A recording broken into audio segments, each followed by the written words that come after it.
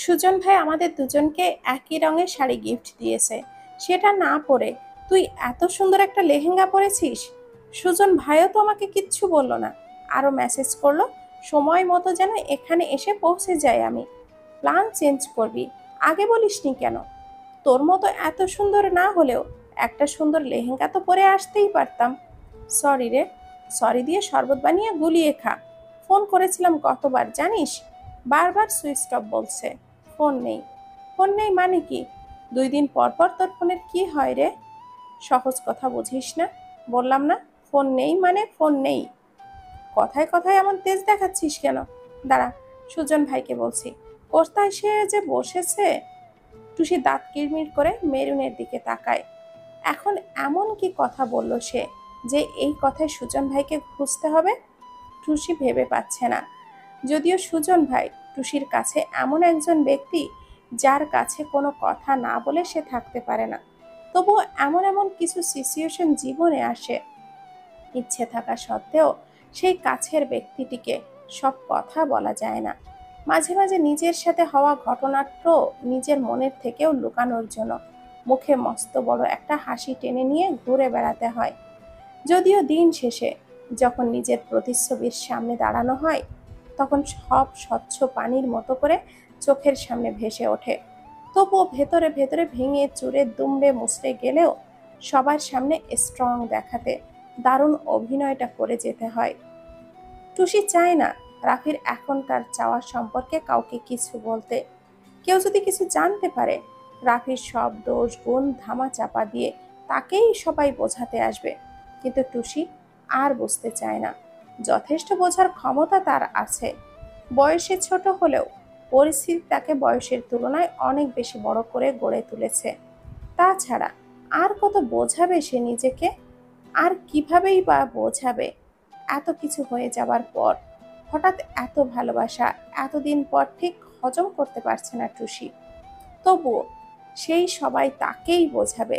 সুজন ভাইয়াও সবার থেকে ব্যতিক্রম, সে বোঝাবে না। এটাও টুসি খুব ভালো করেই জানে, কারণ তার সাথে হয়ে যাওয়া ঘটনাটা শুনে টুসির এমন ব্যবহার, দেশ ছেড়ে চলে যাওয়া, সব মিলিয়ে সেই 5 বছর আগের থেকে অনেক যত্ন ভালোবাসা দিয়ে সুজন ভাই রাফির যোগ্য করে গড়ে তুলতে সাহায্য করেছে টুসিকে। টুসিও হাসি মুখে সুজন ভাইয়ের প্রতিটা কথার মানে বুঝতে শিখেছে। যতটা জানে সুজন রাফির পছন্দ অপছন্দ সম্পর্কে, জানিয়েছে টুসিকে। রাফি টুসির থেকে কতটা আশাবাদী সবটা বুঝিয়েছে। মোট কথা, সুজনের দেওয়া প্রতিটা দিক নির্দেশনার মতো রাফির জন্য নিজেকে প্রস্তুত করেছে টুসি। মাত্র 5 বছর আগের সেই আর এখনকার সে একদম সম্পূর্ণ আলাদা সত্তায় নিজেকে গড়ে তুলেছে। কিন্তু যে ব্যক্তি একটা সুযোগ তাকে দেওয়ার প্রয়োজন মনে করল না পর্যন্ত, এমনকি নিজের বোনের বিয়েতে আসবে তার জন্যেও শর্ত জুড়ে দিল তাকে ডিভোর্স দেওয়ার। যার মনে শুধু অপয়া, নোংরা, ধর্ষিতা। আর যাই হোক, এক ঝটকায় তাকে মেনে নেওয়ার মতো মেয়ে নয় টুসি। টুসির আকাশ পাতাল ভাবনার মাঝে মেরুন হঠাৎ বলে উঠল, আমি তো ভুলেই গেছি, সুজন ভাইয়া অল্প একটু দূরে আমাদের পেছনে। দাঁড়া, এখানে ডাক দেই তাকে। টুসি মেরুনের পেছন অনুসরণ করে তাকাতেই দেখে বেশ কয়েক টেবিল দূর থেকে একটা 24 কি 25 বছরের এক যুবক টুসির দিকে তাকিয়ে এক প্লেট হাতে এগিয়ে আসছে। মেরুন খাওয়া ছেড়ে উঠতে যাবে বলে উঠে দাঁড়ালো। মনে মনে টুসি ভাবল, মেরুন পাগল নাকি? খাওয়া রেখে খাবার নিয়ে কেউ টেবিল চেঞ্জ করে? নিজের ইচ্ছায় আসলে অন্য কথা, কিন্তু কাউকে ডেকে আনা এটা কেমন কথা? তাছাড়া দেখে বোঝা যাচ্ছে সুজন ভাই রুনা আপুর শ্বশুর বাড়ির 2-1জনের সাথে খেতে বসেছে। সেখান থেকে ডাকার কোনো মানেই হয় না। টুসি রেগে গিয়ে টুসির দিকে এগিয়ে আসতে থাকা যুবককে উপেক্ষা করে আরো পেছনে তাকিয়ে সুজনকে দেখার জন্য ব্যস্ত হতেই সেই যুবক এসে টুসির সামনে দাঁড়িয়ে বলল, এক্সকিউজ মি ম্যাম, আমি কি আপনাদের এখানকার খালি চেয়ারটায় বসতে পারি? মেরুন ছোট ছোট চোখ করে ছেলেটার দিকে তাকায়। মেরুন চেয়েছিল কোথায় সুজন ভাইকে এখানে আসতে বলবে, সেখানে উড়ে এসে আর একজন জুড়ে বসবে। এই জন্য আবার অনুরোধও করছে তাদের। টুসি ছেলেটা রুনা আপুর শ্বশুরবাড়ির লোক বুঝতে পেরে সৌজন্যমূলক হেসে মাথা নেড়ে সম্মতি দেয় বসতে। ছেলেটি টুসির পাশের চেয়ারটাতে বসে পড়ে। টুসি কিছুটা অস্বস্তি বোধ করলেও মুখে কিছুই বলল না। ছেলেটা খাবার খেতে খেতে বলল, যদি কিছু মনে না করেন একটু পরিচিত হতে পারি আমরা। মনে তো হচ্ছে পরিচিতই হতে এসেছেন এখানে। সেটাও বলতে পারেন। আসলে দূর থেকে দেখছিলাম আপনাদের টেবিলে খাবার দেওয়ার মতো কেউ নেই, তাই ভাবলাম আমি এসে আপনাদের সেবা করি। আসলে আমাদের আর কিছু লাগবে না বলেই আমরা যেতে বলেছি। সবার খাওয়া তো প্রায় শেষের দিকে, তাই তাদেরও খাওয়ার দরকার নেই। ও মা, তাই নাকি? একটু আগেই তো বসলেন দেখলাম। এত তাড়াতাড়ি কিছু লাগবে না এটা কেমন কথা? বুঝেছি, চড়ুই ফাঁকির পেট আপনাদের, নয়তো লজ্জায় কিছু খেতে পারছেন না। দাঁড়ান, আমি দিচ্ছি। কথাটা বলতে বলতেই পাশের বোল থেকে রোস্ট তুলে দিল আগে টুসিকে, পরে মেরুনকে। আরে আরে, কি করছেন এটা? আমি একটার বেশি দুইটা রোস্ট খেতে পারি না। আর আপনি দেখুন, প্লেটে এখনো একটা রোস্ট পুরোটাই রয়েছে, খেতে পারছি। আর তার উপরে আপনি আরো একটা তুলে দিলেন। ওফ সরি, আমি তো ভাবলাম আপনি লজ্জায় খেতে পারছে না। আপনাকে বলেছে একবারও? আপনি হুট করে এসে যার তার প্লেটে খাবার তুলে দিচ্ছেন। খাবার খাওয়ানোর এত শখ? যান না, ওদের সাথে কাজে লেগে পড়ুন। ভ্যাবাচ্যাকা খেয়ে যায় ছেলেটি। এভাবে বলে কেউ তাকে লজ্জা দিবে, এটা কখনো হয়? কোথায় একটু ভাব নিয়ে লজ্জা পাবে, তা না করে কথা বলার কি ধাস। কিন্তু তাকে তো লজ্জা পেলে চলবে না। লজ্জা পেয়ে দমে গেলে তার এখানে আসার উদ্দেশ্যটা সফল হবে কি করে? তাই ছেলেটি নিজেকে ধাতস্থ করে মুখে হাসি ফুটিয়ে মেরুনকে বলল, করলার জুসটা কি আপনি নিয়ম করে দিনে 2-3 বার খান, নাকি একবার খেলেই হয়? না মানে, আপনার কথা শুনে মনে হচ্ছে ভক্তি করে 3বারেই মনে হয় বেশি বেশি খান, তাই জিজ্ঞাসা করা আর কি। নাকের পাতাটা ফুলিয়ে রাগে কটমট করতে থাকলো মেরুন। ছেলেটার কথার মানে বুঝতে পেরে কান দিয়ে যেন ধোঁয়া বের হচ্ছে তার। এটা দেখে ছেলেটা ডোন্ট কেয়ার ভাব নিয়ে সামনে থাকা গ্লাসের পানিটা শেষ করে অন্য একটা গ্লাসের পানি এগিয়ে দেয় মেরুনের দিকে। তারপর বলে, এখানকার ফায়ার ব্রিগেডিয়ারের নাম্বারটা ঠিক আমার জানা নেই। কাইন্ডলি আপনি যদি জানেন একটু হেল্প করবেন তাকে। আহ! টুসি মেরুনের রিয়াকশন দেখে এবার হেসেই দেয়। ছেলেটা টুসির হাসি দেখে মুগ্ধ হয়ে তাকিয়ে থাকে। মেরুন আরো অনেক বেশি ক্ষেপে যায় টুসির এমন ভাবে হাসায়। টুসিকে হাতের ভঙ্গিমায় মেরুন বোঝায় এবার হাসলে তার খবর আছে। টুসি হাসি থামালে ছেলেটি টুসির দিকে তাকিয়ে বলল, রাগলে ওনাকে কিন্তু দারুণ দেখায়, তাই না? হুম, সুন্দর মানুষদেরও হাসলে কিন্তু মারাত্মক সুন্দরী দেখায়, সেটা কি জানেন? টুসির হাসি থেমে যায় ছেলেটির এমন কথায়। তবুও সৌজন্যমূলক স্মিত হেসে মাথাটা নিচু করে নিজের খাবার খাওয়ায় মনোযোগ দেয়। মেরুন আর 1 সেকেন্ডও না দাঁড়িয়ে রাগে ফুঁসতে ফুঁসতে খাবার ছেড়ে উঠে যায়। মেরুনকে যেতে দেখে ছেলেটি চোরা চোখে হাসে। তারপর টুসিকে বলে, আমি তামিম আহমেদ, তানভীর মানে বরের চাস্তো ভাই। আপনার নামটা কি জানতে পারি? টুসি, এই বাড়ির মেয়ে। মানে ভাবির বোন, ছোট বোন, রাইট? স্মিত হেসে সম্মতি দিল টুসি। That's great. বেয়ান হলেন এবার। দেখলেন, অপরিচিত থেকে সোজা পরিচিত হয়ে গেছি আমরা। সম্পর্ক চেঞ্জ হতে সময় লাগে না, বুঝলেন? সম্পর্কের জের ধরেই অপরিচিত কেউ পরিচিত হয়, কিন্তু সেই অপরিচিত কারোর সাথে নামের কোনো সম্পর্কে জড়ালে আগের সম্পর্কে ফাটল ধরতে পারে। তাই আমাদের উচিত যতটুকু পেয়েছি ততটুকুতেই সন্তুষ্ট থাকা। ফাটল ধরতে পারে আর ধরবে, এর মধ্যে কিন্তু আকাশ পাতাল পার্থক্য আছে। যাই হোক, আপনার সাথে পরিচিত হতে পেরে খুব ভালো লাগলো। আমরা কি বন্ধু হতে পারি? আমার মতো মেয়েদের বন্ধু থাকতে নেই। Excuse me. তামিমকে কিছু বলার সুযোগ না দিয়ে টুসি সোজা উঠে চলে গেল খাবার রেখে। তামিম টুসি চলে যাওয়ার দিকে তাকিয়ে মাথা চুলকিয়ে ঠোঁট চেপে হাসতে থাকে। দূর থেকে এটা দেখে রাগে রাফির কপালের রগটা ফুলে ওঠে।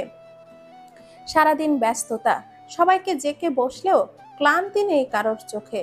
মা আদরের ছোট বোন মেয়ে শালিকাকে যোগ্য পাত্রের হাতে তুলে দেওয়ার কোনো ত্রুটি রাখবে না কেউই।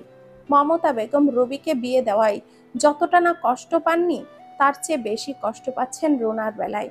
চট্টগ্রাম, চিটাগাং, মুখের কথা নয়, কতটা পথ ভাবতেই যেন বুকটা ফেটে কান্না আসছে তার।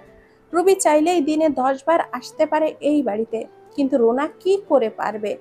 সে মৃত্যুর দুয়ারে দাঁড়িয়ে থাকবে, কিন্তু রুনার আসার আগেই তার চোখটা নিস্তেজ হয়ে যাবে। মনে হতেই বুকের ভেতরটা খা খা করছে। মনের ভেতর কত কিছু হচ্ছে তার। শেষ দেখাটাও হয়তো মেয়েটাকে দেখতে পারবে না শেষ সময়ে। কিন্তু রুবির বেলায় কেন এমন হয়নি তার? তাহলে কি দুই মেয়ের প্রতি ভালোবাসা ভিন্ন ছিল? কত শত প্রশ্ন এসে ভিড় জমেছে তার মনে। এত কষ্ট হবে বুঝতে পারলে তিনি এত দূরে মেয়ে বিয়ে দিতে কখনোই রাজি হতেন না। পরেক্ষণেই মনে পড়ে, জন্ম মৃত্যু বিয়ে, এটা একমাত্র সৃষ্টিকর্তার হাতের লেখা। যার সাথে যার জোড়া বানিয়েছেন তার ঘরে তো তার কন্যাকে যেতেই হবে। তিনি অমত করলেও যেভাবেই হোক বিয়েটা হতোই, মত দিলেও হবে, এই বলে মনকে সান্ত্বনা দেন তিনি। রুনার চোখের জলে যেন আজ বন্যা বয়ে যাচ্ছে। এই প্রথম নিজের পরিবারের সবাইকে ছেড়ে অন্য কোথাও থাকতে হবে তাকে। পরকে আপন করতে হবে, আর আপনকে পর করতে হবে। যেখানে নিজের পরিবার ছাড়া অন্য কোথাও থাকেনি কখনো, আজকের পর থেকে তাকে কত দূরে অচেনা অজানা পরিবারের সবার মন জুগিয়ে চলতে হবে তাকে। ঘুম থেকে উঠে আদর্শ মায়ের মুখটা রোজকার মতো আর দেখা হবে না। ছোট বোনের মতো টুসির সাথে এঘর ওঘর করতে পারবে না। একই নাড়িতে বাঁধা দুই বোন আজকের পর থেকে যোজন যোজন দূরে থাকবে। একমাত্র ভাইয়ের সেই রাগ মিশ্রিত ভালোবাসা দেখতে পারবে না সে। হুটহাট করে টুসি সুজনের সাথে সময় অসময়ে এখানে ওখানে ঘুরতে পারবে না। রুবি বেড়াতে আসলে একসাথে ঘরে বসে আর আড্ডা দেওয়া হবে না আগের মতো। মন চাইলেও ছুটে যেয়ে রোহানকে কোলে তুলে নিতে পারবে না সে। এইসব কথা মনে পড়ছে, আর চোখের জলে ভাসছে রুনার দুই চোখ। টুসি রোহানকে বুকের সাথে জড়িয়ে ধরে আছে। চোখ থেকে তার অশ্রু অনবরত গড়িয়ে পড়ছে। হাউমাউ করে কাঁদতে পারছে না রোহানের জন্য, কিন্তু ভেতরে ভেতরে কেঁপে কেঁপে কেঁদে উঠছে সে বারবার। এই বাড়িতে আসার পর থেকেই এই দুইজনকে সে পেয়েছে বোনের সম্পর্ক বাদেও রক্তের থেকেও যে গভীর একটা সম্পর্ক তাদের ছিল। রুবি রুনা দুই বোন একে অপরকে জড়িয়ে ধরে অঝোর ধারায় কাঁদছে। কেউ বাধা দিচ্ছে না আজ তাদের। রাফি নিচে থম মেরে বসে আছে, রাগ করে জেদের বসে। 5টা বছর পরিবার থেকে দূরে থেকেছে সে। আদরের এক বোন তো বন্ধুর হাতে তুলে দিয়ে নিশ্চিন্ত ছিল, কিন্তু অন্য বোনের কথা সেভাবে ভাবাই হয়নি। এরই মাঝে অন্য বোনকে পরের হাতে তুলে দেওয়ার সময় হয়ে গেছে। কখন এটা বুঝতেই পারেনি সে। দেশে আসার আগে তার বোনের বিয়েতে তাকে দেশে আনতে হলো কোনো একটা চিন্তা ভাবনা ছাড়াই। কত সুন্দর করে শর্ত জুড়ে দিয়েছিল সে।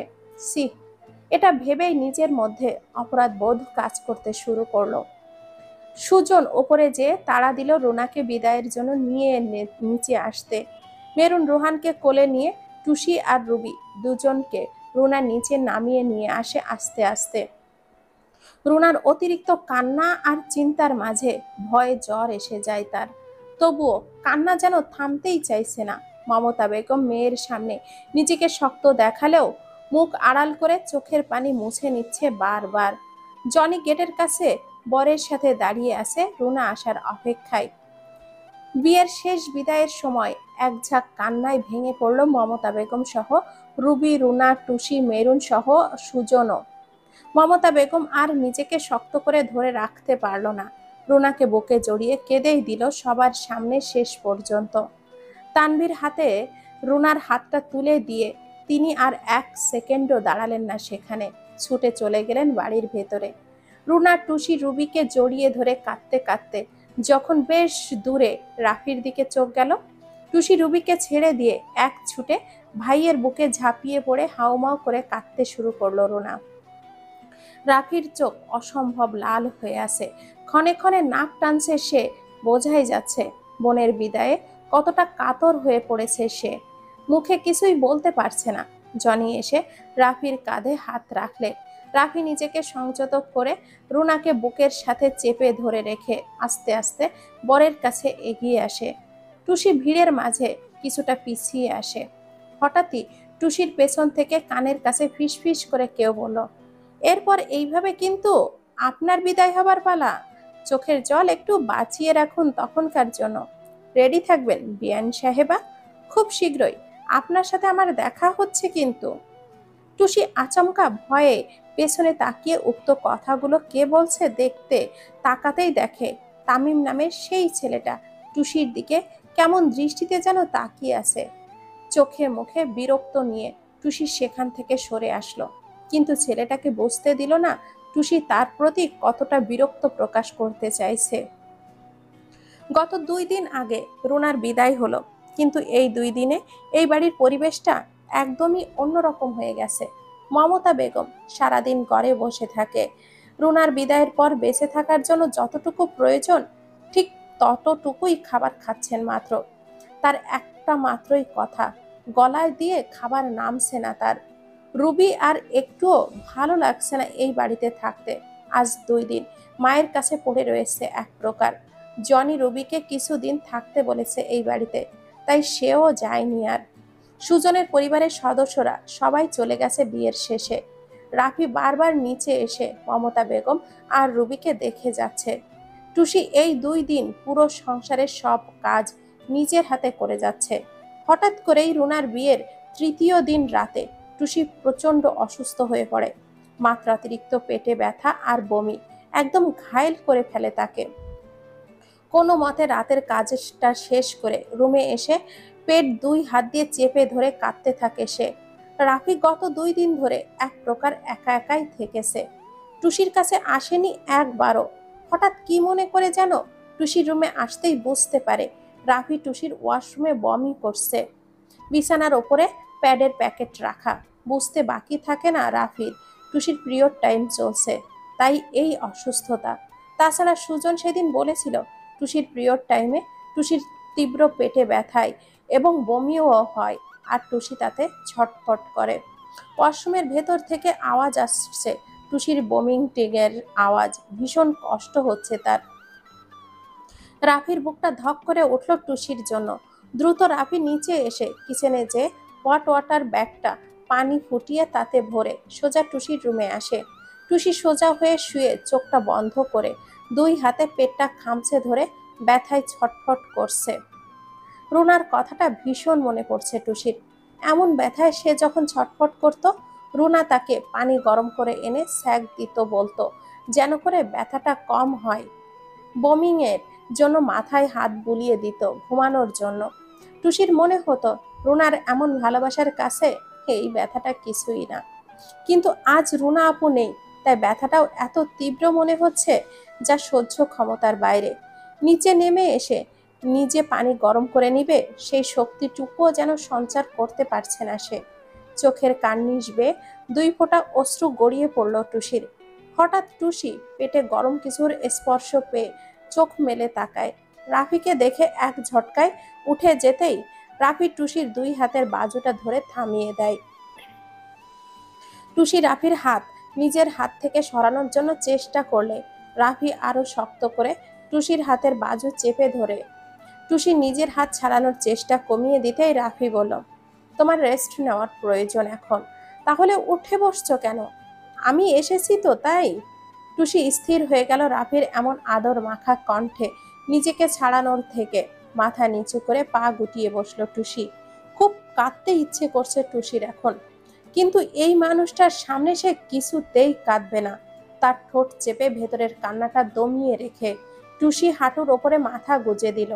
রাফি টুসির পায়ের কাছে বসে দৃষ্টি টুসির মাথার দিকে রেখে বলল, কখন থেকে হচ্ছে এটা? টুসির ছলছল চোখে রাফির দিকে তাকিয়ে তীব্র রাগে ফেটে পড়ল। কখন থেকে এটা হচ্ছে জানতে চাওয়ার অধিকার সে এই লোকটাকে দেয়নি কখনোই। তাহলে এই প্রশ্ন করার সে কে?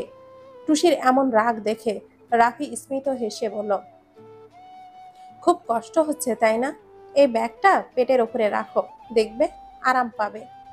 টুসির এবার রাগ চরম পর্যায়ে পৌঁছে গেল।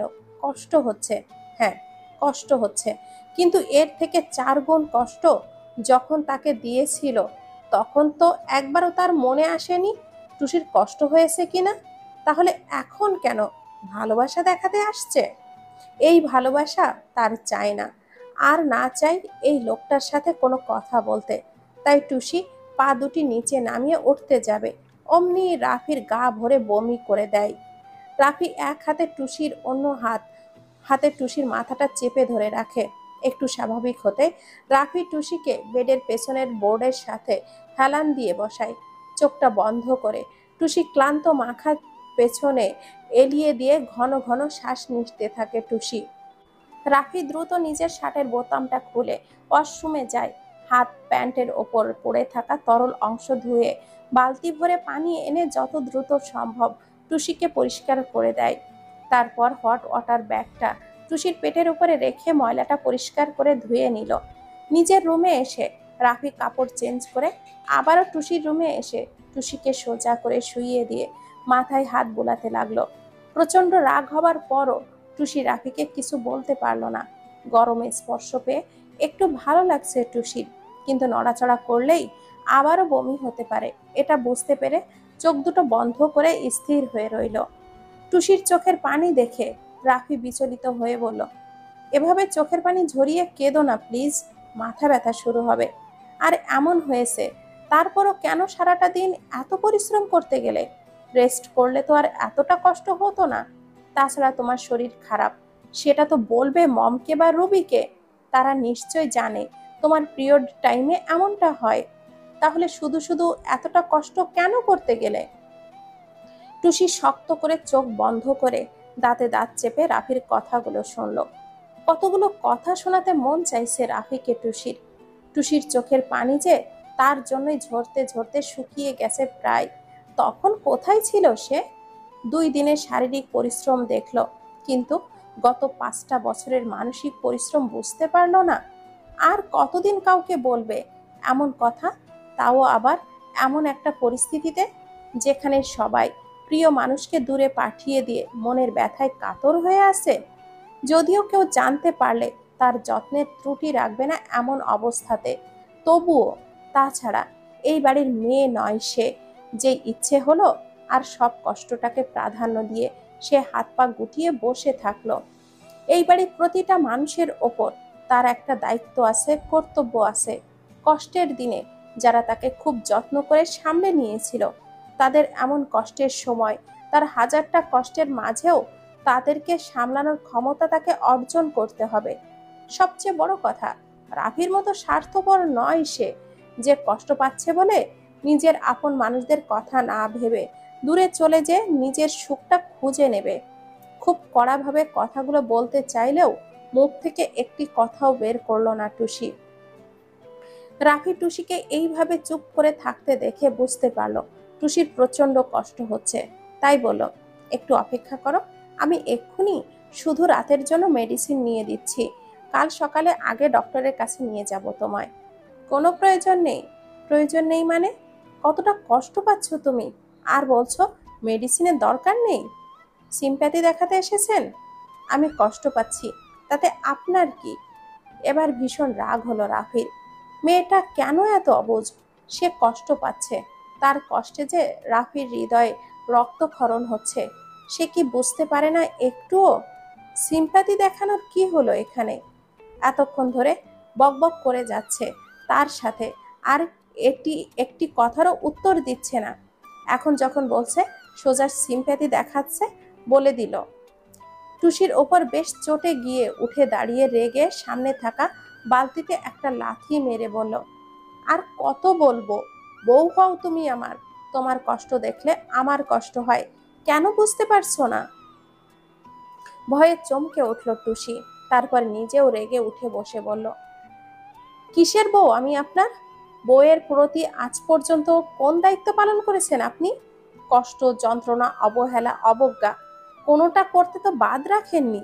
শুধু বউ বললে কখনো কেউ কারোর বউ হয়ে যায় না। দায়িত্ব পালন করতেই তো চাইছি, তুমি সুযোগ দিচ্ছ কোথায় আমাকে? সুযোগ পাওয়ার মতো কিছু করেছেন? জোর করেছেন, ভয় দেখিয়েছেন, হুমকি দিয়েছেন, আবার সুযোগও চাচ্ছেন? হ্যাঁ, সুযোগ চাইছি আমি, আপোষের সুযোগ চাইছি তোমার কাছ থেকে। কিন্তু তুমি তো আমার থেকেও বেশি জেদ ধরে বসে আছো এখন। আমি তো অনিচ্ছা সত্ত্বেও তোমার কাছে এসেছিলাম, কিন্তু তুমি জোর করছি আমি তোমায়, তাই না? জোর দেখাচ্ছ কি? বাধ্য যখন করেছো জোর করতে, সেটাই করব আমি। মেডিসিন এনে দিচ্ছি, খেয়ে চুপচাপ ঘুমিয়ে পড়ো। আর হ্যাঁ, প্রস্তুত করো নিজেকে, যে কারণেই হোক না কেন। বিবাহিত হয়েও 5টা বছর সিঙ্গেল লাইফ যাপন করেছো, এখন এটাই অনেক। আর নয়, এবার ঘরের সাথে সাথে বরকেও সামলাতে হবে তোমাকে। এই বয়সে একহালি বাচ্চার যন্ত্রণায় ঘুম হারাম করার কথা ছিল আমার, সেখানে এখন আমি বউ থাকা সত্ত্বেও একা একা বেডে কোলবালিশ কোলে করে ঘুমাচ্ছি। কথাটা বলেই রাফি গটগট পায়ে রুম থেকে বেরিয়ে আসে। টুসির কি হলো জানে না, কেমন যেন এক অদ্ভুত অনুভূতিতে গায়ে কাটা দিয়ে উঠল তার। বুকের ভেতর অজানা অজানা ভয় এসে ভিড় করলো। কলেজ ক্যাম্পাসে মাঠের বাউন্ডারির দিঘির পাড়ে সবুজ ঘাসের ওপরে একপাশে বসে আছে সুজন। ছোট ছোট ঢিল ছুটছে দিঘির পানিতে। সে মনটা আজ ভীষণ খারাপ। পড়াশোনার জন্য দেশের বাইরে যাওয়ার জন্য পাসপোর্ট করতে দিয়ে এসেছে একটু আগেই, কিন্তু সে দেশের বাইরে যেতে এক চুলও রাজি নয়। ভালো লেখাপড়া তো দেশে থেকেও করা যায়, তাহলে অন্য দেশে যে সে দেশের নামে সার্টিফিকেট অর্জন করে কি লাভ? এত কষ্ট করে পড়াশোনা করে সুনাম করতে তো সেই দেশের নামই ব্যবহার করতে হবে। মানুষটার এই দেশে কি হলো? বড় একটা পজিশন আর সুনাম অর্জন করা কি একমাত্র লক্ষ্য সবার? দেশে থেকে ও তো অনেক বড় পজিশনে যাওয়া যায়, সুনামও অর্জন করা যায়। তাহলে এমন তো নয় সে ডক্টর ইঞ্জিনিয়ার হয়ে দেশে ফিরবে শুধুমাত্র একটা সার্টিফিকেটের জন্য। কেন প্রিয় মানুষদেরকে ছেড়ে অত দূরে যাবে সে? কিন্তু তার বাবার কড়া আদেশ, হয় রাজনীতির পিছু ছাড়তে হবে, নয়তো দেশের বাইরে যেতে হবে। আপন মানুষদেরকে ছেড়ে দেশের বাইরে সে কখনো যাওয়ার কথা ভাবতেও পারে না। আর রাজনীতিতে তার আগ্রহটা অনেক অনেক বেশি। বেশ কয়েকবার সুযোগ পেয়েও পিছিয়ে যাচ্ছে শুধু পরিবারের জন্য। সুজনের চিন্তা ভাবনার মাঝে মেরুন এসে জুতা খুলে তার পাশে উপর হয়ে হাঁটু ভাঁজ করে বসলো। সুজন মেরুনের দিকে এক পলক তাকিয়ে আবারও পানিতে ধীর চলতে ব্যস্ত হয়ে পড়ল। সুজন মন খারাপ দেখে মেরুন বলল, কি ব্যাপার বিআই মশাই, আজ আকাশে এত মেঘ ছেয়ে আছে কেন? ভালো লাগছে না? ভালো লাগছে না? তাহলে ভালো লেগে এমন কাউকে ডেকে পাশে বসালেই তো পারো, মুহূর্তেই মনটা ভালো হয়ে যেত তাহলে। সুজন ঢিল ছুটতে গিয়েও থেমে যায়। নরম চোখে মেরুনের দিকে তাকিয়ে ঠান্ডা গলায় বলল, কার সাথে কথা বলছিস? কার আবার? আপনার প্রতি অতি প্রিয় মানুষ টুসির সাথে কথা বলছি। সুজন টুসিকে উদ্দেশ্য করে মেরুন কি বলতে চাইছে বুঝতে পেরে স্মিত হেসে সামনের দিকে তাকায়। কয়েক সেকেন্ড পর বলল, তুই কি জানিস তুই দিন দিন হিংসুটে হয়ে যাচ্ছিস? টুসি আমার প্রিয় মানুষদের মধ্যে একজন, এটা আমি অস্বীকার করতে পারবো না। ওর প্রতি আমার আলাদা একটা টান আছে, হয়তো জানিস বলেই তুই এটা আমাকে বলছিস। টুসির মন খারাপের সময় ওকে আমি সবার আগে সঙ্গ দিতে পারি, কিন্তু আমার মন খারাপের সময়ে ওকে কখনো আমি আশা করি না, করতেও চাই না কখনো।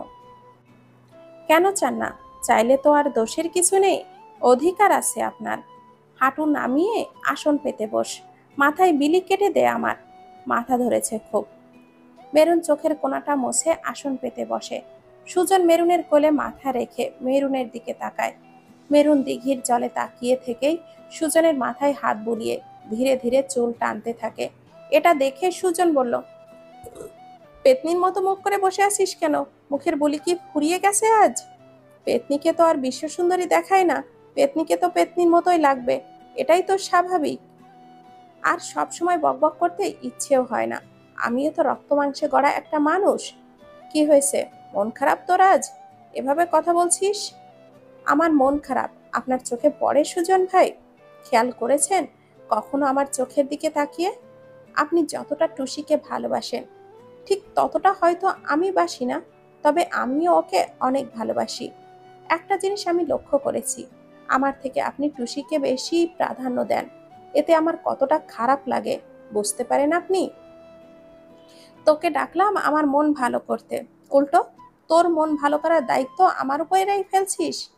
আমার মনের কথা বাদ দিলাম, এবার বলতো কি হয়েছে?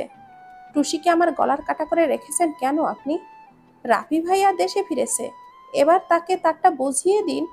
কেন আমাদের মাঝে দেওয়াল করে রেখেছেন ওকে? কি সব উল্টোপাল্টা ভেবে নিচ্ছিস একা একা পাগলের মতো? আমি দেওয়াল করে কখন রাখলাম টুসিকে? টুসিকে আমি অন্য চোখে দেখি। তার মানে নেগেটিভ কেন ধরছিস তুই? তুই জানিস না টুসির জায়গা আমার জীবনে কোথায়?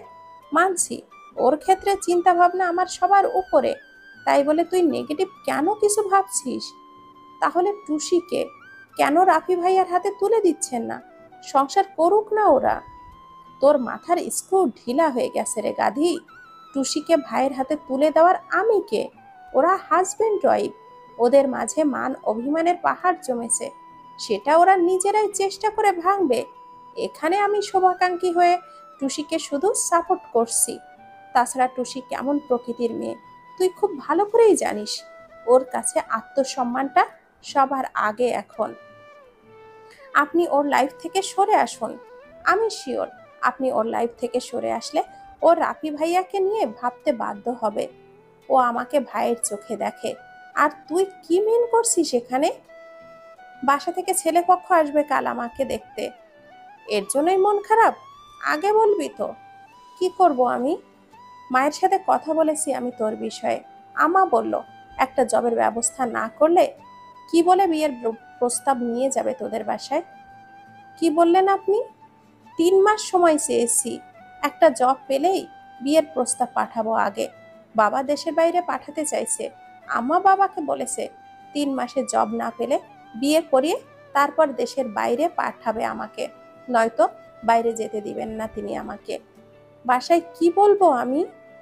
তোকে কিছু বলতে হবে না, আমি দেখা করে যা বলার বলবো। তুই শুধু বাংলা 5-এর মতো মুখ করে রাখবি না, ভালো লাগে না আমার। মেরুন ফট করে হেসে দেয়। রাফি নতুন ব্যবসা শুরু করার জন্য প্রস্তুতি নিচ্ছে। কয়েকদিন পর রুনাকে আনতে যাবে। ইতিমধ্যে রুবি জনি একবার ঘুরে এসেছে সেখান থেকে। টুসি আগের থেকে একটু স্বাভাবিক আচরণ করছে। রাফিকে মেনে না নিলেও তেমন কিছুই বলছে না। টুসি আগের মতোই সকালে উঠে কসিং করাতে শুরু করে, আর আগে যেমনটা তার নিত্যদিনের রুটিন ছিল। মমতা বেগম আগের থেকে কেমন যেন দুর্বল হয়ে গেছেন। খুব সকালে উঠে টুসি রান্নার কাজ সেরে বেরিয়ে পড়ে। সেদিনই ছিল শুক্রবার। রাফি বাসার বাইরে ছিল। টুসি হলরুমে কাজ করছিল। এমন সময় বাসার ল্যান্ড ফোনে কল আসে। মমতা বেগম রুমে থাকায় টুসি ফোনটা কানে ধরতেই একটা মেয়েলি কণ্ঠে কেউ বলে ওঠে, I love you, I love you so much Rafi, I can't live without you, please come back. কাঁপা কাঁপা গলায় টুসি বলল, কাকে কি বলছেন? Mankua, I am Mankua. Where is Rafi? Please give him the phone. সে বাসায় নেই। শুকনো ঢোক গিলে ভাঙা ভাঙা গলায় অনেক কষ্টে বলল Tusi, you, who are you and where did Rafi go? Please tell me. সে বাসায় আসলে বলবো ফোন করতে আপনাকে। And who are you? টুসি। টুসি মানে ওই ধর্ষিতা মেয়ে? তুমি ওখানে কি করছো, নোংরা মেয়ে কোথাকার? মুহূর্তে এক রাশ ঘৃণায় টুসির সর্বাঙ্গ কেঁপে উঠল। নোংরা? সত্যি কি সে নোংরা মেয়ে? চিৎকার করে বলতে ইচ্ছে করছে, হ্যাঁ আমি ধর্ষিতা, তবে নোংরা মেয়ে নই। কেউ ইচ্ছা করে ধর্ষিতা হয় না, আর কাউকে জোরপূর্বক ধর্ষণ করলে সেই মেয়েটা নোংরাও হয়ে যায় না। তাই বারবার নোংরা মেয়ে বলে তাকে অপমান করার কোনো অধিকার কারোরই নেই। চিৎকার করে বলল, তোমার মতো একটা নোংরা মেয়ের জন্য রাফি আমাকে ইগনোর করছে, শুধুমাত্র তোমার জন্য আমার ভালোবাসাকে অবজ্ঞা করছে ও। বেশ রাগ হলো এবার টুসির। সবার মতে টুসির মতো নোংরা মেয়ের জন্যই রাফি তাকে ইগনোর করছে। এখনো তার দোষটা কোথায়? টুসি কি বলেছিল একবারও তাকে ইগনোর করতে? তাহলে কেন তাকে কথা শোনাচ্ছে এই বিদেশি মেয়েটা? সত্যি কি টুসির জন্যই বিদেশি মেয়েটার ভালোবাসাটাকে অবজ্ঞা করছে রাফি? কোথায়? এতদিন তো সে জেনে এসেছে কাউকে মন থেকে ভালোবাসলে কখনোই তাকে অবহেলা করা যায় না। তাহলে এই বিদেশি মেয়েটা কেন তার উপরে মিথ্যা দোষারোপ করে যাচ্ছে? এটা কেন স্বীকার করছে না তার ভালোবাসায় কোনো জোর নেই? কি ভেবেছ অল্প বয়সে আর ওই নোংরা শরীরের লোভ দেখিয়ে তুমি রাফিকে আমার কাছ থেকে কেড়ে নিবে? কখনো না। যেদিন তোমার রূপের ওপর রাফির মোহ কেটে যাবে না, সেদিন রাফি তোমার মতো ওই নোংরা শরীরটাকে ডাস্টবিনে ছুঁড়ে ফেলে দিবে। কষ্টে এবার টুসির গলাটা যেন শুকিয়ে আসতে লাগলো। শুকনো ঢোক গিলতে থাকে বারবার টুসি। চোখ দুটোতে অশ্রু টইটম্বর। এত কিছু বলবে ভাবলেও যেন কষ্টে গলার ভেতর থেকে একটি শব্দও যেন বের হতে চাইছে না। তাহলে টুসির ধারণাই কি ঠিক? রাফি তার রূপের মোহে পড়েছে? বাহ্যিক রূপ কি মানুষের সারাটা জীবন থাকে? বুকের ভেতরে ছোট্ট মনটার কি কোনো মূল্য নেই?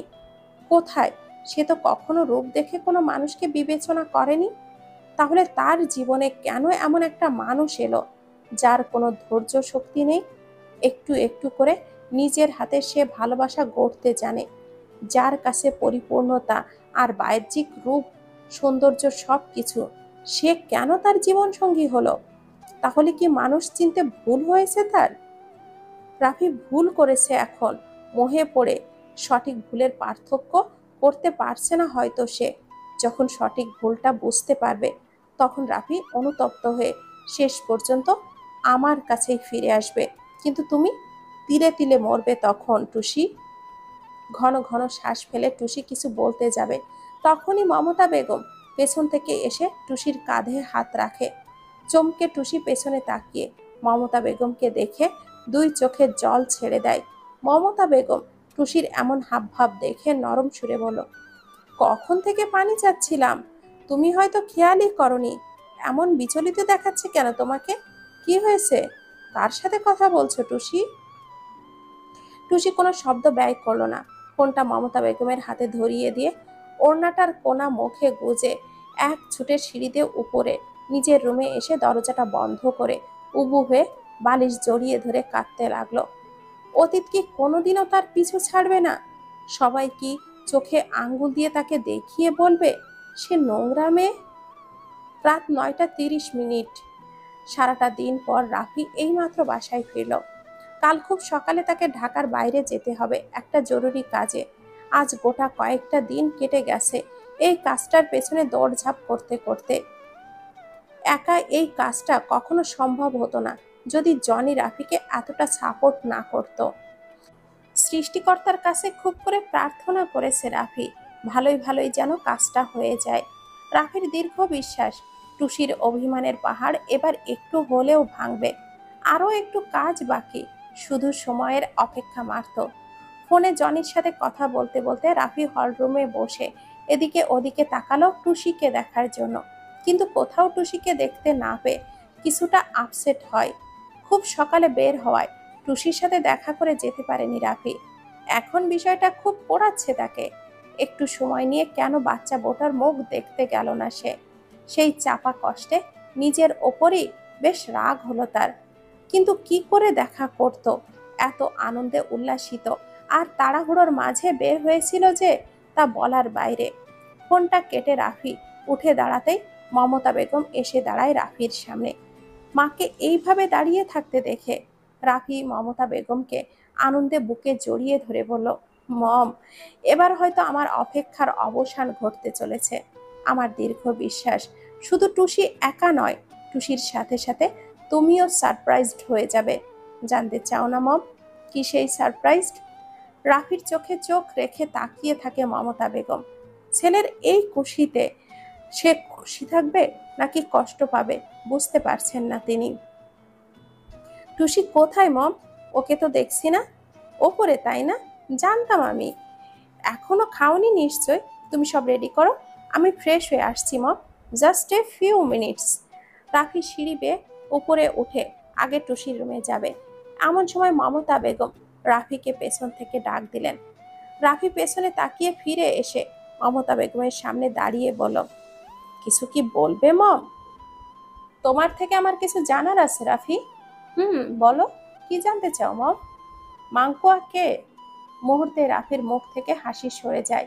মায়ের দিকে 2 পা এগিয়ে এসে বলল, মম, কি হয়েছে?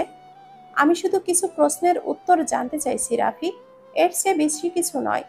প্রথমবার ভুল করেছি, দ্বিতীয়বার সেই একই ভুল করে আমি আর পস্তাতে চাই না।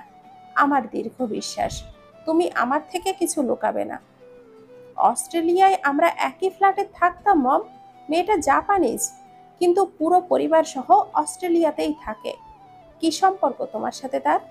মম, তুমি যেভাবে প্রশ্ন করছো তেমন কোনো সম্পর্ক নেই আমার সাথে তার। মেয়েটার পরিবার সহ মেয়েটা আমাকে ভীষণ পছন্দ করে।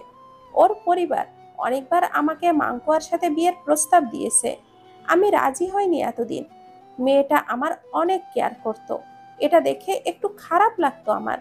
দেশে আসার আগে হঠাৎই ওর বাবা আমাকে খুব করে ধরেছিল। মাঙ্কুয়া নাকি খাওয়া দাওয়া করছে না, রুমে দরজা বন্ধ করে সারাদিন কান্না করে, নিজের পড়াশোনাতেও ফোকাস করা বন্ধ করে দেয়। আমি তখন তাদেরকে আমার অবস্থান বোঝাই, মাঙ্কুয়ার সাথে আলাদা কথা বলে বোঝাতে যাই, আমার সম্পর্কে সবকিছু তাকে বলি। মেয়েটা সবকিছু জেনে শুনেও আমাকে বিয়ে করতে চায়। আমার মন মানসিকতা তখন একদমই ভালো ছিল না মম। সেজন্য আমি মাঙ্কুয়ার পরিবারের প্রস্তাবে রাজি হয়ে যাই। কিন্তু বিশ্বাস করো, এটা দেশে আসার মাত্র কয়েকদিন আগের ঘটনা। তাদেরকে এটা বলি আমি যে দেশে এসে আমার পরিবারকে রাজি করাতে পারলে, সবার আপত্তি না থাকলে আমি মাঙ্কুয়াকে বিয়ে করতে রাজি। নয়তো আমার পক্ষে মাঙ্কুয়াকে বিয়ে করা সম্ভব নয়। দেশে আসার আগে আমার ঠিকানাটা দিয়ে এসেছিলাম তাদের। যদি মাঙ্কুয়া কোনো পাগলামি করে তাহলে আমার সাথে কন্টাক্ট করতে পারে, তাদের যেন কোনো অসুবিধা না হয়। দেশে আসার 2-3 দিন আগে থেকেই মাঙ্কুয়ার সাথে সেইভাবে কথা বলেছি মাত্র, হাতে গোনা কয়েকবার। কিন্তু বিশ্বাস করো মম, মাঙ্কুয়ার সাথে আমি কথা বলে তৃপ্তি পাইনি একটুর জন্যেও। বাধ্য হয়ে কথা বলেছি মাত্র। কিন্তু এখানে আসার পর আমি কেমন যেন পাল্টে গেছি। মাঙ্কুয়ার সাথে কথা বলা তো দূর, ওর ফোনটাও মেনে নিতে পারছিলাম না আমি। তাই আমার সাথে যোগাযোগ করার মতো সব কন্টাক্ট থেকে ওকে আমি দূরে রেখেছি। মেয়েটা বাসার ল্যান্ড ফোনে ফোন করেছিল আজ। কি বলেছে মম মাঙ্কুয়া? টুসি ফোনটা রিসিভ করেছিল। ওর সাথে কি কথা হয়েছে আমি জানি না, আমাকে তো তেমন কিছুই বলেনি। তবে মেয়েটা কান্নাকাটি করছিল খুব। বললাম তুমি আসলে তোমাকে ফোন দিতে বলবো। রাফির এবার বুকটা স্যাঁত করে ওঠে। টুসির সাথে আগে কথা হয়েছে, তাহলে তাকে উল্টোপাল্টা কিছু বলেনি তো? সেই ভয়ে মনে বাসা বাঁধে। দ্রুত সিঁড়ি বেয়ে উপরে এসে টুসির রুমে আসতে চায়, কিন্তু এসেই দেখে ভেতর থেকে দরজাটা লক করা। দরজার কয়েকবার টোকা দেওয়ার পরও দরজা খোলে না ভেতর থেকে টুসি। এটা দেখে রাফির গলাটা শুকিয়ে আসে। দরজায় কান পেতে আস্তে আস্তে টুসিকে ডাকে রাফি। ওপেন দ্য ডোর টুসি, দরজাটা খোলো প্লিজ। আমার কথাটা শোনো, মাত্র 1 মিনিট কথা বলার সুযোগ দাও আমাকে। আমি তোমাকে সবটা ক্লিয়ার করে বলছি মাঙ্কুয়া কে। টুসি প্লিজ দরজাটা খুলে দাও, আমার ভীষণ কষ্ট হচ্ছে। সারাটা দিন খুব ধকল গেছে আমার উপর, একটু দয়া করো প্লিজ। এভাবে নীরব থেকো না, আমার দম বন্ধ হয়ে আসছে। দরজাটা খুলে দাও না এবার। আমাকে রাগিও না টুসি, আমি কিন্তু দরজাটা ভেঙে ফেলবো। আমার ধৈর্যের পরীক্ষা নিও না, আমার এত ধৈর্য নেই, তুমি খুব ভালো করেই জানো। দরজা খুলবে না তাই তো? ওকে ডান, খুলতে হবে না তোমার দরজা। এবার যেটা হবে তার জন্য তুমিই পস্তাবে। কথাটা বলেই রাফি এলো পাতাড়ি লাথি দিতে থাকলো দরজায়। টুসি হাত দিয়ে 2 কান চেপে ধরে চাপা আর্তনাদে কান্না করতে থাকলো, যেন দরজায় এমন ধূপধাপ শব্দ তার কান অবধি না পৌঁছায়। মমতা বেগম উপরে আসতে আসতে রাফি দরজার পাশে রাখা বড় ভেজটা তুলে এক আঘাত করে দরজায়। নিজের কাঁধ দিয়ে বারবার আঘাত করতে থাকে দরজায়। মমতা বেগম দ্রুত এসে রাফিকে থামাতে ব্যস্ত হয়ে পড়ে। না পেরে একটা চড় বসিয়ে দেয় রাফির গালে আর বলে, অতিরিক্ত কোনো কিছুই ভালো নয় রাফি। আমি অতিরিক্ত করছি মম? আর ও তো জেদ করে বসে আছে তার বেলায়। তুমি যাও, আমি কথা বলছি ওর সাথে। আমাকে যেতে না বলে ওকে দরজাটা খুলতে বলো, কথা আছে ওর সাথে আমার। তুমি যাও, আমি কথা বলছি। আমাকে দেখতে দাও কি হয়েছে ওর, তারপর কথা বলো ওর সাথে তুমি। যাচ্ছি মম, কিন্তু ওকে বলে দাও এত জেদ না দেখাতে। পরশুদিন সকালে গুছিয়ে থাকতে বলবে, আমার সাথে যেতে হবে একটা জায়গায়। দ্বিতীয়বার যেন বলতে না হয়। ওকে ভালো করে বুঝিয়ে দিও।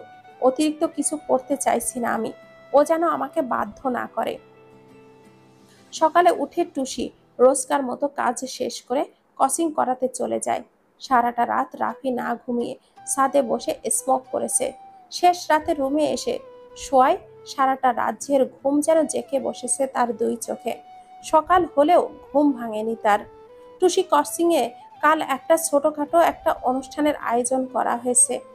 7 বছর কোচিং সেন্টার পূর্ণ হওয়ায় দুপুরে সব টিচাররা মিলে রেস্টুরেন্টে খাবার খাবে আর দোয়ার জন্য মিলাদ মাহফিলের আয়োজন করবে কোচিংয়ের ভেতরে। আলোচনাটা বেশ কিছুদিন ধরেই চলছে, পূর্ণ করার অপেক্ষা মাত্র। টুসি বাসায় এসে রুমের দরজাটা বন্ধ করে বসে থাকে। রাফির সামনে সে কিছুতেই যেতে চায় না। মমতা বেগম অনেক কিছু বলার পরও মাংকুয়া কি বলেছে তাকে?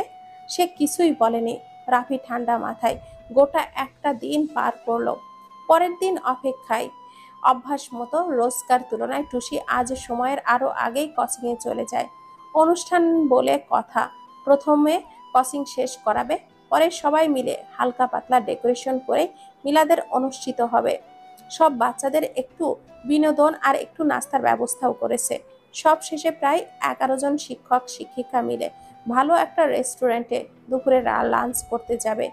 সকালে মমতা বেগমের সাথে টুসি দেখা করে গেলেও টুসির তাড়াহুড়োতে মমতা বেগম বলতে ভুলে যায় রাফির সাথে কোথাও যাওয়ার কথা ছিল আজ।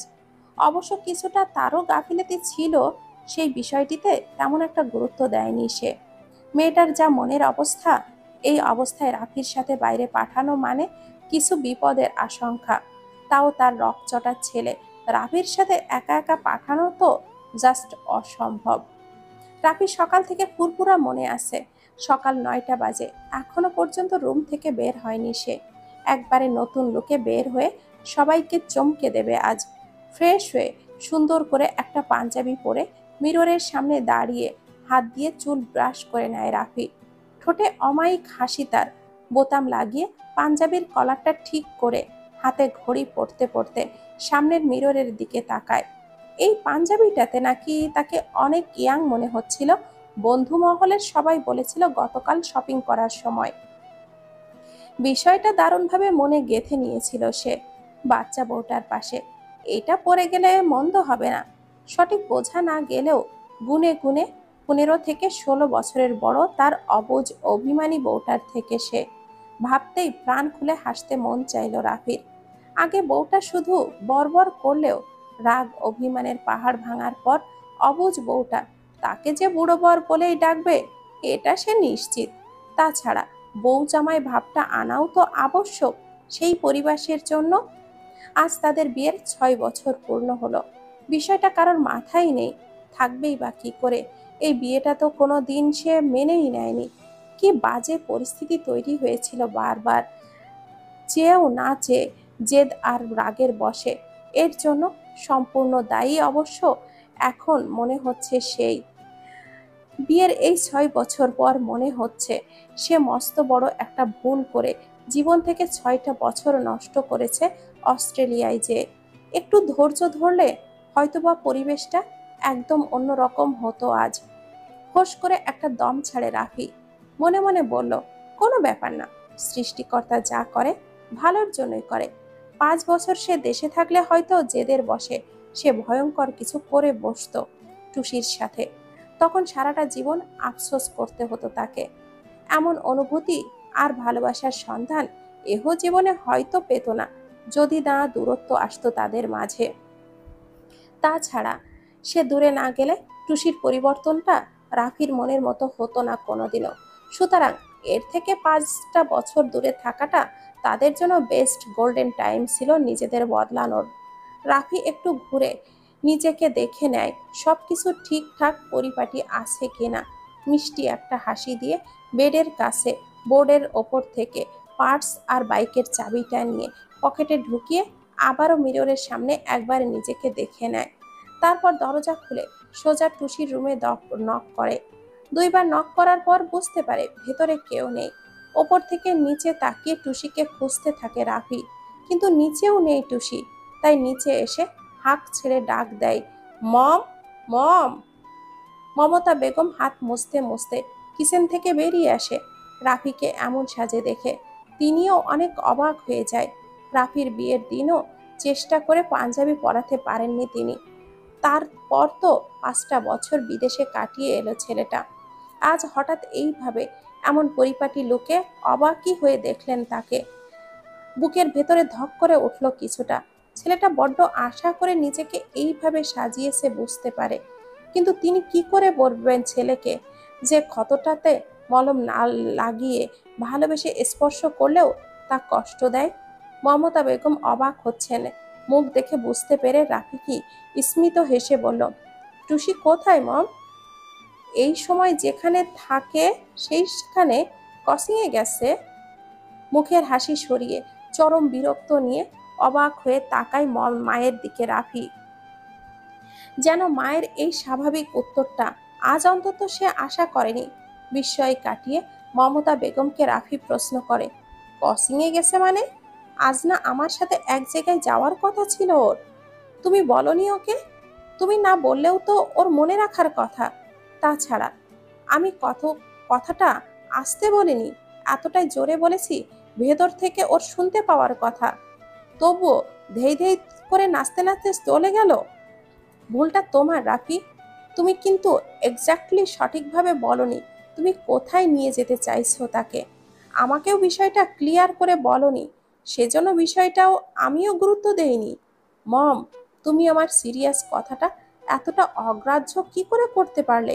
তুমি জানো আজকের দিনটা আমার জন্য কতটাই ইম্পর্ট্যান্ট?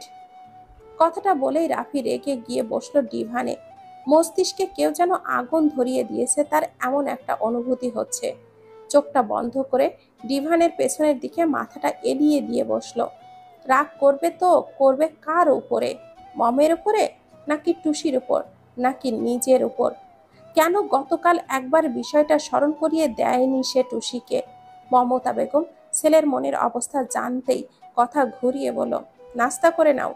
ইচ্ছে করছে না, তুমি খেয়ে নাও। সময় দেখেছো কয়টা বাজে? অন্যদিন যেখানে 8টার ভেতরে। প্লিজ মম, একটু একা থাকতে চাই। মমতা বেগম আর কথা বাড়ালেন না। কিছু বলেও যে লাভ হবে না তিনি তা ঢের বুঝতে পারলেন। ছেলে আর বউকে নিয়ে তিনি পড়েছেন আরেক জ্বালায়। এমন এক পরিস্থিতিতে এসে দাঁড়িয়েছেন তিনি, না পারছে ছেলেকে কিছু বলতে, আর না পারছে বউকে কিছু বলতে। মাঝখান থেকে তিনি শুধু নীরব দর্শকের মতন সবটা দেখে যাচ্ছেন। কিভাবে হবে এদের আগামী দিনের পথ চলা তিনি ভেবে পান না। একটা হতাশার নিঃশ্বাস ছেড়ে নিজের কাজে ব্যস্ত হয়ে পড়লেন মমতা বেগম। চোখ বন্ধ করে অনেকক্ষণ ধরে অপেক্ষা করে রাফি টুসির জন্য। জনির জনি এর মধ্যে বারবার ফোন করছে রাফিকে। রাফি ফোনটা রিসিভ করছে না। কি বলবে জনি? অজানা নয় রাফির। রাফির ধারণা রোজকার মতো ঘন্টাখানেকের মধ্যেই টুসি চলে আসবে বাসায়। সেজন্যই জনির ফোনটা রিসিভ না করে সোজা একটা মেসেজ করে দেয়, আমাদের ঘন্টাখানেক লেট হবে। কিন্তু অজানা রাফির আজ টুসির অন্য কোনো প্রোগ্রাম আছে। ঘন্টা 2 ওইভাবেই বসে বসে রাফি সময় দেখতে দেখতে অপেক্ষা করতে থাকে টুসির আসার জন্য। সময় দুপুর 12টা 20 মিনিট। রাফি 2 হাত একত্রিত শক্ত মুষ্টিবদ্ধ করে 2 হাঁটুর ওপর ভর দিয়ে তীক্ষ্ণ দৃষ্টিতে তাকিয়ে আছে সামনের সেন্টার টেবিলের ওপরে বাজতে থাকা তার ফোনের দিকে। এই মিলিয়ে মোট 36টা মিস কল উঠে আসে ফোনের স্ক্রিনে। মমতা বেগম কিচেন থেকে বেরিয়ে এসে এবার রেগে গিয়ে বলল, কি হচ্ছে কি রাফি? কখন থেকে ফোনটা বাজছে, রিসিভ করছো না কেন? জনি ফোন করে বলছে তুমি তার ফোনটা রিসিভ করছো না। মম, বেলা 12:30 বাজে, টুসি এখনো আসছে না কেন? তুমি ওর জন্য এইভাবে বসে আছো? ওর আসতে লেট হবে আজ। It's two funny. টুসির আসতে লেট হবে, তুমি সেই কথা আমাকে এখন বলছো? সিরিয়াসলি মম? সেন্টার টেবিলের ওপর থেকে বাইকের চাবি আর ফোনটা নিয়ে রাফি লম্বা পায়ে বেরিয়ে পড়ল। মমতা বেগম পেছন থেকে কয়েকবার ডাকলেও রাফি বিষয়টা অদেখা করে নিজের মতো সোজা বেরিয়ে বাইকটা স্টার্ট দিল। মমতা বেগম জনির কাছে দ্রুত ফোন করলো। রাফি বাইক সোজা থামালো কোচিং সেন্টারের সামনে। একটু আগে মিলাদের অনুষ্ঠান শেষ করে সবাই কোচিং সেন্টার থেকে বেশ একটু দূরে একটা রেস্টুরেন্টে দুপুরের লাঞ্চের জন্য গেছে। টুসি সহ সকল শিক্ষক শিক্ষিকা। 11 জন শিক্ষক শিক্ষিকার মধ্যে 4 জন শিক্ষিকা, বাকি সবাই শিক্ষক। এদের মধ্যে 4 জন নতুন দম্পতি, তাই তারা 4 জনই একসাথে বসেছে। বাকি 7 জন 2 টেবিলে বসেছে। টুসি সহ একজন পুরাতন শিক্ষিকা, যিনি এই প্রথম থেকেই এই কোচিং সেন্টারে যুক্ত আছেন, তিনি আর 2টা মাস্টার্স পড়ুয়া ছেলে বসেছে। বাকি 3 জন আর এক টেবিলে বসেছে। রাফি কোচিং সেন্টারের সামনে এসে কাউকে না পেয়ে কোচিং এর সামনে যে দোকানগুলো ছিল তাদেরকে জিজ্ঞাসা করে। তারা বলে তারা কোনো এক রেস্টুরেন্টে খাবার খেতে গেছে। রাফি আবার বাইকটা স্টার্ট দেয়। কোচিং এর নিকটবর্তী রেস্টুরেন্টে যেয়ে খুঁজতে থাকে টুসিকে। আশেপাশে 3টা ক্যাফে, সব 2টা রেস্টুরেন্টে খুঁজে দেখে, কোথাও টুসি নেই। রাফি ফোনটা বের করে সুজনকে কল করে। সুজনের মাধ্যমে টুসি কোথায় জানতে পেরে ফোন রেখে সোজা বাইকটা স্টার্ট দিয়ে সেখানেই যায়। সুজনের বিষয়টা কেমন যেন মনে হয়। সে ক্যাম্পাস থেকে বেরিয়ে পড়ে টুসির কাছে যাবার উদ্দেশ্যে। রাফি একটা দামি রেস্টুরেন্টের ভেতর প্রবেশ করে, যার নিচতলায় ক্যাফে আর ফাস্টফুড হিসাবে ব্যবহার করা হয় এবং দোতলায় ভিআইপি রেস্টুরেন্টের জন্য। নিচতলা ভালো করে দেখে। রাফি সোজা লম্বা পায়ে উঠে দোতলাতে উঠে যায়। টুসির টেবিল থেকে শাহিনুর ওয়াশরুমের উদ্দেশ্যে ভেতরে যায়। তখন বাকি 3 জনই এর মধ্যে একজন এসে টুসির টেবিলে এসে ধীরে ধীরে কিছু বলে ওই দম্পতিদের নামে। তখন টুসি সহ বাকি 3 জনই হেসে দেয়। ঠিক তখনই রাফির আগমন ঘটে টুসির টেবিলের দিকে। টুসি রাফিকে দেখে হাসি থামিয়ে দিয়ে দাঁড়িয়ে থাকে। রাফির মেজাজটা খারাপ চরম পর্যায়ে পৌঁছে গেল। অপেক্ষার প্রহর কতটা কষ্টের হয় একমাত্র ভুক্তভোগীরাই জানে। রাফির কাছে সকাল থেকে এই পর্যন্ত প্রতিটা সেকেন্ড এক একটা যুগের মতো মনে হয়েছে। অথচ এই মেয়েটা তাকে কষ্ট দিয়ে দিব্যি এখানে হেসে খেয়ে সময় কাটাচ্ছে। রাগের শরীরে কাঁটা দিচ্ছে এটা ভেবে যে সে ভেতর থেকে জ্বলছে। আর এই মেয়ে এখানে এসে ছেলেদের সাথে বসে হাসাহাসি করছে। এটা রাফির কিছুতেই সহ্য হলো না। তাই সোজা টুসির মুখোমুখি হয়ে কিছু না বলে টুসির এক হাত ধরে টান দিয়ে বেরিয়ে আসতে যায়। টুসি বাধা দিলেও এক প্রকার জোর করে টুসির হাত ধরে টানতে থাকে রাফি। রেস্টুরেন্টে সবাই অবাক হয়ে যায়। অলরেডি রাফি আর টুসিকে ঘিরে ভিড় জমা হয়ে গেছে পুরো জায়গা জুড়ে। টুসির কোচিং এর একজন সিনিয়র শিক্ষক এসে রাফির সামনে দাঁড়াতেই টুসি রাফির হাত ঝাড়া দিয়ে ছাড়িয়ে নেয় নিজের হাত। রাগে টুসির সর্বাঙ্গ রিরি করে জ্বলছে। যে মানুষটা তার অতীতের একটা দুর্ঘটনাকে কেন্দ্র করে তাকে তার সামনে ছোট করে তাকে অপমান করার সুযোগ করে দেয়, সেই মানুষটার কোনো অধিকার নেই তার হাত ধরার।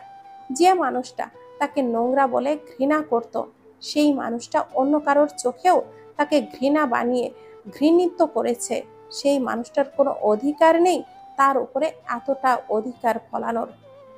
যে মানুষটার জীবনে তার জায়গা হয়েছে অপয়ার স্থানে, সেই মানুষটার স্থান তার জীবনে কোথাও নেই। যে মানুষটার ব্যবহারে সে নিজেকে নিকৃষ্ট মনে করতে বাধ্য হচ্ছে বারবার, সেই মানুষটা তার কাছে মূল্যহীন।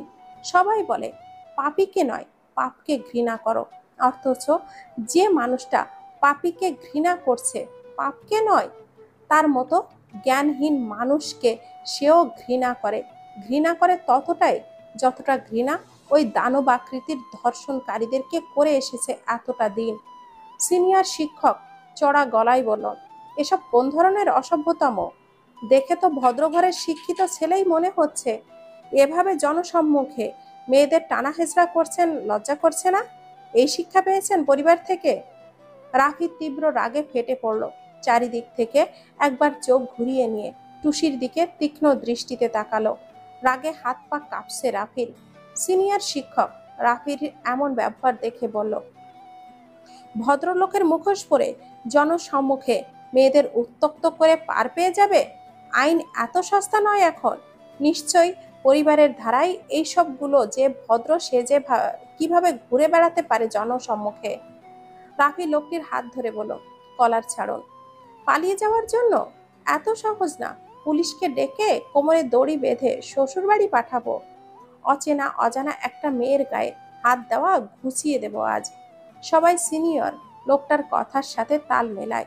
আশেপাশ থেকে শোনা গেল সবাই রাফিকে নিয়ে নিন্দা করছে, বাজে কমেন্ট করছে, গালাগাল করছে, মা বাবাকেও পর্যন্ত টেনে আসে, পরিবারকেও ছাড় দিচ্ছে না গালি দিতে।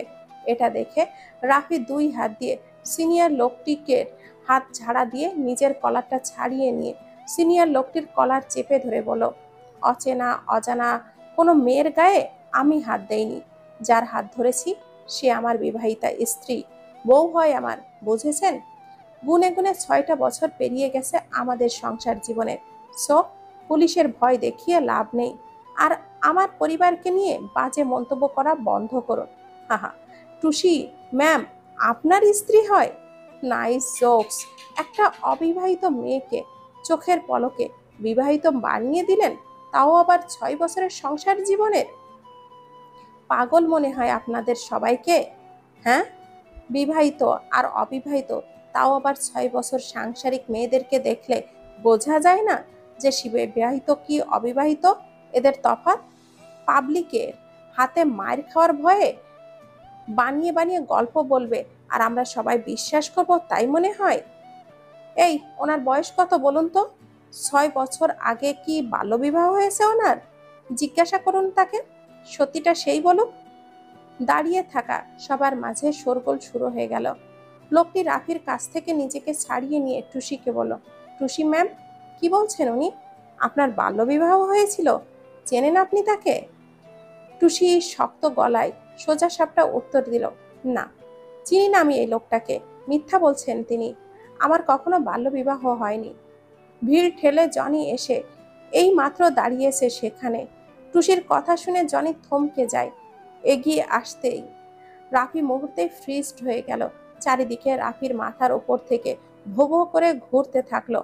মস্তিষ্কে একটি কথায় মাইকের মতো করে বেজে উঠল, চিনি না আমি এই লোকটাকে, আমার কখনো বাল্য বিবাহ হয়নি। টুসির কথাটা শেষ হতে না হতে সিনিয়র লোকটি সহ ভিড়ের মধ্য থেকে আরো কয়েকজন লোক এগিয়ে গেল রাফির গায়ে হাত তুলতে। রাফি নির্বাক চোখে টুসির দিকে তাকিয়ে থাকলো। 2-1 কিল ঘুষি পড়তেই জনি এসে বাধা দিল। টুসির 2 চোখ ভরে আসলো রাফির এমন নির্বাক দৃষ্টি দেখে। জনিকে আসতে দেখে টুসি চোখের পানি মুছে বেরিয়ে আসতেই দরজার কাছে সুজনের সাথে হালকা ধাক্কা খেলো।